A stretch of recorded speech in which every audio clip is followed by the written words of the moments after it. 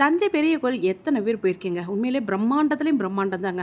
அந்த காலத்தில இவ்ளோ பெரிய கோயில், கற்கோயில் கட்டுறதுன்றது சாதாரண விஷயம் கிடையாது. இது ராஜராஜ சோழனால் கட்டப்பட்டது இல்லைங்களா? சோழர் காலத்தில கட்டப்பட்ட நெறைய கோயில்கள் இருக்கு. அது மாரி நம்ம வந்து கும்பகோணம், தஞ்சாவூர் இந்த சைடெல்லாம் போயிட்டோம்னா, அவ்வளவு கோயில்கள், கோயில் நகரம் தான் அது. சிலைகளும் சரி, கோயிலும் சரி, அப்படி வடிவாவும், அழகாவும், பிரம்மாண்டமாவும், கண்ணுக்கு குளிர்ச்சி மட்டும் கிடையாது, கலை வேலைப்பாடு மட்டும் கிடையாது. உண்மையிலே மனசுக்கும் அவ்வளோ சந்தோஷமா இருக்கும். இறையருள் கிடைப்பதோட நம்ம மன நிம்மதி ரொம்ப முக்கியம்னு நான் நினைக்கிறேன். கடவுளோட அருள் இருந்தால் தான் நிம்மதி கிடைக்குமா அப்படின்னா ஆமாங்க. என்னை பொறுத்த மட்டும் இந்த மாதிரி பார்க்கும் பொழுது மிகப்பெரிய பிரம்மாண்டமான இந்த கலை வேலைப்பாடுகள் எல்லாமே மிகப்பெரிய உழைப்பில் உருவானது. எல்லா மக்களோட உழைப்புலையும் உருவானது.